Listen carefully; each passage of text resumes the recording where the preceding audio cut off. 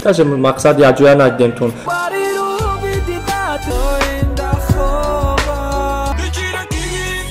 акнун барои рехтани мӯи сар ғаз кардани риши худ ё ин ки шумо хароб ҳастед мехоҳед фарбе шавед ё ин ки шумо фарбе ҳастед мехоҳед хароб шавед ё ин ки қадди шумо паст асту мехоҳед қадди худро баланд кунед ё ин ки сафедчавии пӯсти бадан доред ё ин ки дигар бемории пӯсти бадан доред пас ба шумо маҳсулотҳои соф савдо ёрӣ мерасонад.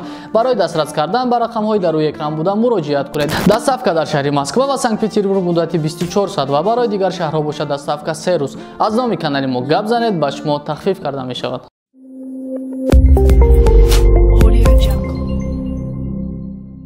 салому алайкум тамошобинони муҳтарам. барномаи навбати оқибат дар бораи Айзек Лил Ҷовид.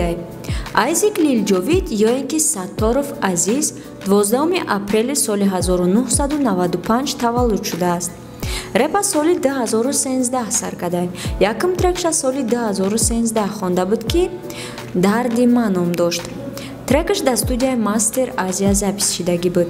Айзеки ҳозирае ки шумо ба трекҳои лирикӣ мешносенаш пеш тамоман дига мехонд. Ина гӯш кунед.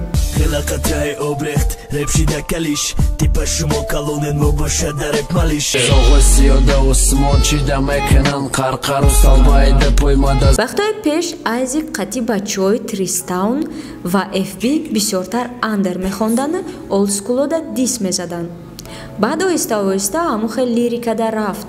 соли 2015 Айзек гурӯҳи 5 Sound омада буд ё ин ки 5 Sound. бо ҳамроҳи Айзек дар группа Зепер, Ҷаспер, Сем Саламов ва Камета буд. бачаҳо ӯ чен зур пешравӣ мекардану дар ҳар шаҳрҳо консерт мемонданд. ҳангоми дар ин группа будан Айзек хела хит бировард ки яке аз ин хитҳо треки Наркоман буд.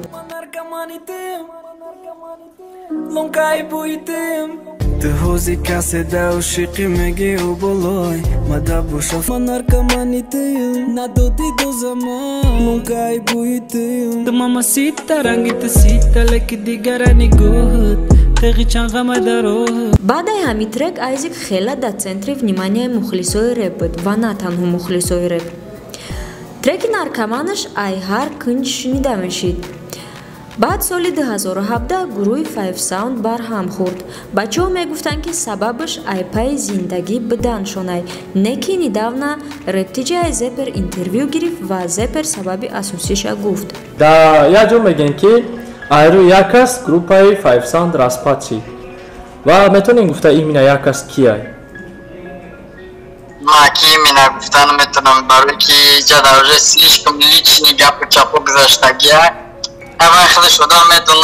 ва иҷа мо як хулоса бировардем ака. мо медонистем ки шумо дар ин савол ҷавоб намедиҳед.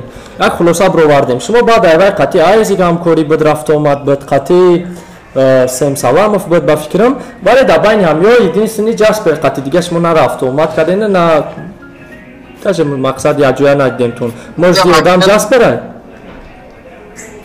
мумкин барои ки иҷада ки бигирем Ҷаспер хати мо рафта омада пас кард, ане ки мо хати Ҷаспер. хулосаи мо дурусте? ҳама хела. баъд аз маҳкам шидани 5 Sound Айзек рест дромад, не ки дар уҷа бисёр наистод. дар давоми ҳамиқа вақти кӯтоҳ успед кард ки қатъи ралик фит куна.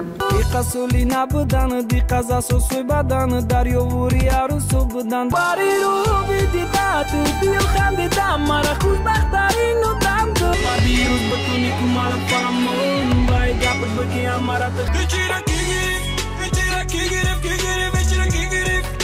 чӣ хеле гуфтем Айзек тез айрест биромад ва айни ҳол худаш тоқа пешравӣ кардестай.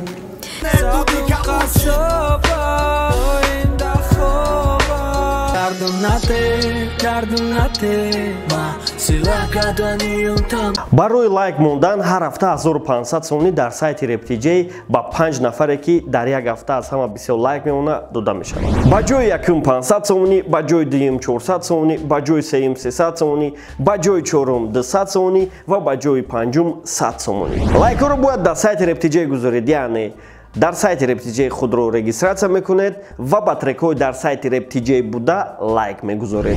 рӯйхати лайкафтаро метавонед дар саҳифаи тренди сайти рептиҷей дастрас намоед. ҳамчунон реперон низ метавонанд дар сайти рептиҷей ҳар ҳафта 1500 сомонӣ кор кунанд. чӣ тавр? Онҳо низ худро дар сайти RepTJ регистратсия мекунанд ва дар сайти RepTJ репи худро дохил мекунанд ва дар муддати як ҳафта 5 треки аз ҳама бисёр лайк гирифта соҳиби 500, 400, 300, 200 ва 100 сомонӣ мешавад. Рӯйхати репҳафтаро низ аз саҳифаи тренди сайти RepTJ дастрас кардан мумкин аст. ҳар ҳафта соҳиби 3000 сомон реперон ва мухлисони репи тоҷик мешаванд. бо сайти rep.tj бошед. пешравиёш ростӣ каманд.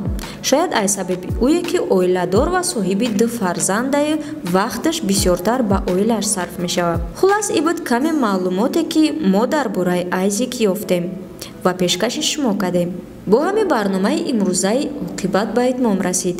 барномаи ояндаро дар бораи ки шунидан мехоҳед дар комментариҳо бинависед ва агар ки хоҳед соҳиби 20 сомон бошед ба рақамҳои дар зери видео буда дар телеграм муроҷиат кунед. хайр то барномаи оянда.